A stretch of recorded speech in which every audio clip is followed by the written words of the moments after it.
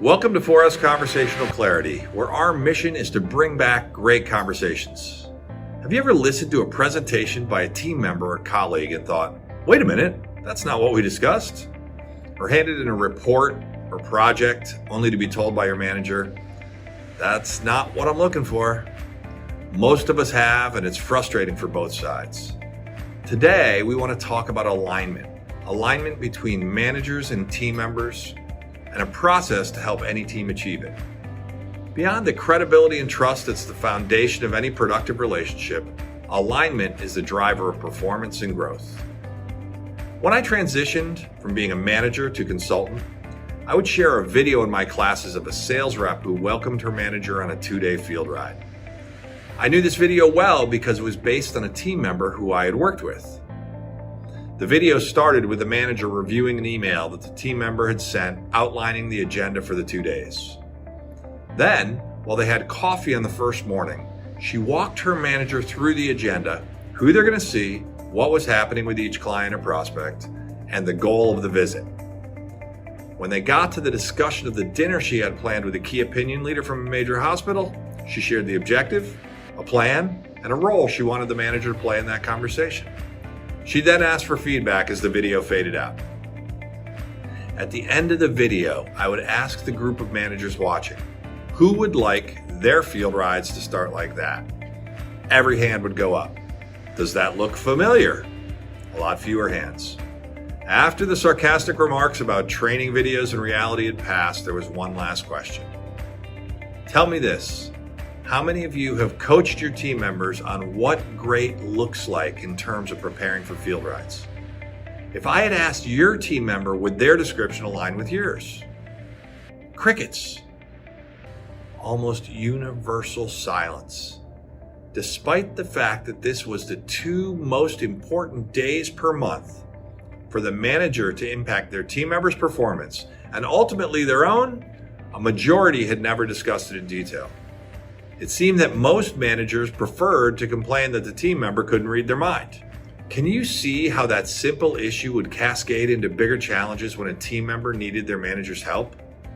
Alignment on goals, standards, and expectations are anchors to effective performance coaching.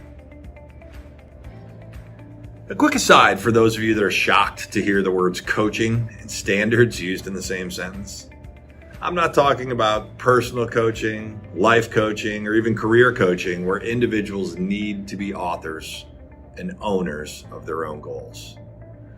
I'm talking about performance coaching, managers supporting team members in the achievement of individual, team, and organizational goals. Goals that are almost universally cascaded from the top down. Let's consider this recent data from Gallup on millennials.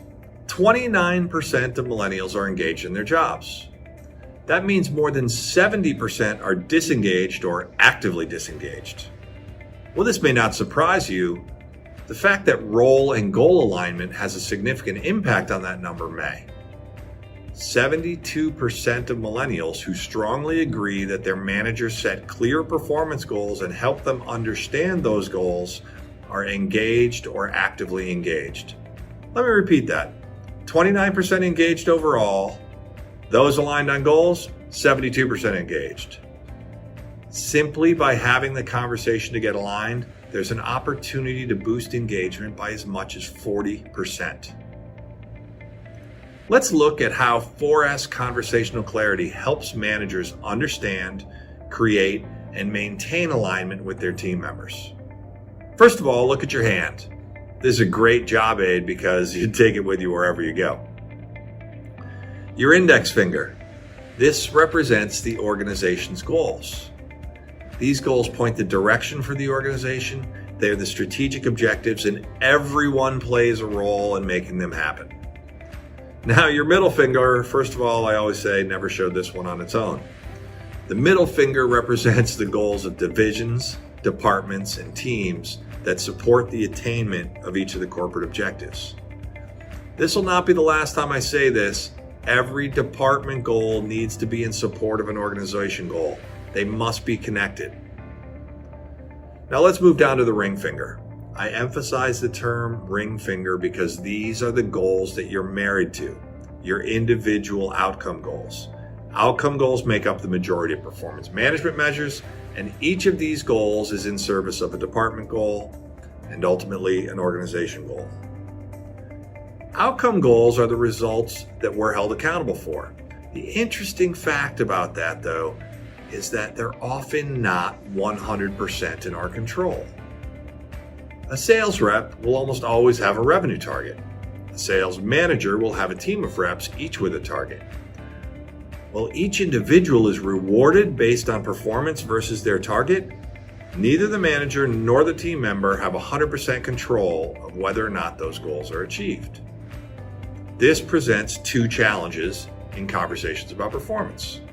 First of all, managers focus on the numbers and metrics around outcomes rather than the actions the individual needs to take to impact those outcomes. We call this spreadsheet coaching. You're 3% behind on your revenue goal. What are you going to do about it? Your call compliance numbers are off. You should be meeting with 5 more targets per week. Well, these comments connect directly to metrics that are measured, and alignment on these metrics is critical. The feedback does not help the team member to change their trajectory and achieve the outcome. The second issue is that the outcome goals are lagging indicators. By the time data is available related to monthly or quarterly revenue, we've missed the opportunity to encourage more of the positive behaviors that drove success, and on the flip side, course correction opportunities are missed.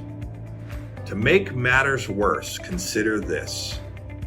Have you ever been given feedback 3, 6, or 12 months after the fact? Did it feel helpful? Attempting to give feedback weeks or months after an event typically causes more harm than good. To address these issues, we need to look at the pinky. The pinky finger represents what we call individual action goals. Action goals are the specific behaviors that lead to the result. These actions can be self-initiated and self-maintained. In other words, they are 100% in the control of the individual. If, for example, 24 meetings per week is a goal, and the individual is currently averaging 19, emphasizing the need for 5 more visits alone doesn't help. In order to help increase that number, the manager needs to help their team members explore what they are currently doing to schedule and book their visits, and what, that is 100% in their control, can they do differently. For example, does the coaching need to focus on the specifics related to routing and planning their schedule? Maybe they're not setting a good route to maximize their efficiency. Effectively closing visits with follow-up. We know the action items that happen at the end of a visit oftentimes determine what happens next. Call quality. Is low call quality making access more difficult, therefore limiting volume? By breaking down effective routing, closing, or call quality, the manager can help the team member identify actions that are in their control that are both actionable and coachable. One last critical point. We are not saying managers define these action goals.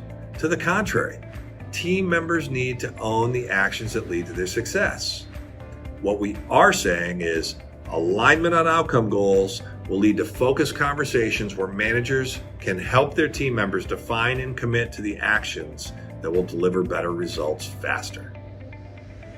Here's a simple activity that you can do with your team members to start this process. Let any one of your team members know that you want to do a better job of helping them achieve their goals. Prior to your next one-on-one, ask them to prepare a list of their top 3, 4, 5 outcome goals. What are the mission-critical outcomes they're focused on right now? Prior to the meeting, create your own list of what you think those should be. The goal is alignment on outcomes. You may be amazed at what you learn. Here are the rules for the conversation. First of all, the team member always speaks first. You need to be curious, seek to understand their perspective. No judgment. If they are chasing the wrong target, remember who's responsible for setting standards and expectations. Remain focused on success. This is about the future, not the past. Seek to leave the meeting with an agreed upon set of outcome goals and a follow-up. Ask the team member to identify the one goal where improving performance will make the biggest impact. That will be the focus of your next one-on-one. And by the way, you might want to let them know that in the session after that, you get to choose. Use the hand to work through outcome goals and encourage them to identify actions that are 100% in their control that will drive performance. Last tip, you will have great suggestions, ideas, even answers. Ask permission before sharing them. Your suggestions are likely to come across as orders. So, we know how critical goal alignment is, the impact it can have on performance and engagement, and you have a simple process to begin putting it into practice. We would love to hear your feedback and engage with you more deeply to see how this and a 4S Conversational Clarity learning journey can impact your organization. Join us on either June 16th or 18th for a live webinar where we'll explore 4S Conversational Clarity and our mission to bring back great conversations. By the way, interested to know what the thumb represents? It is, after all, the digit that separates us from the rest of the animal kingdom. Contact us for more information.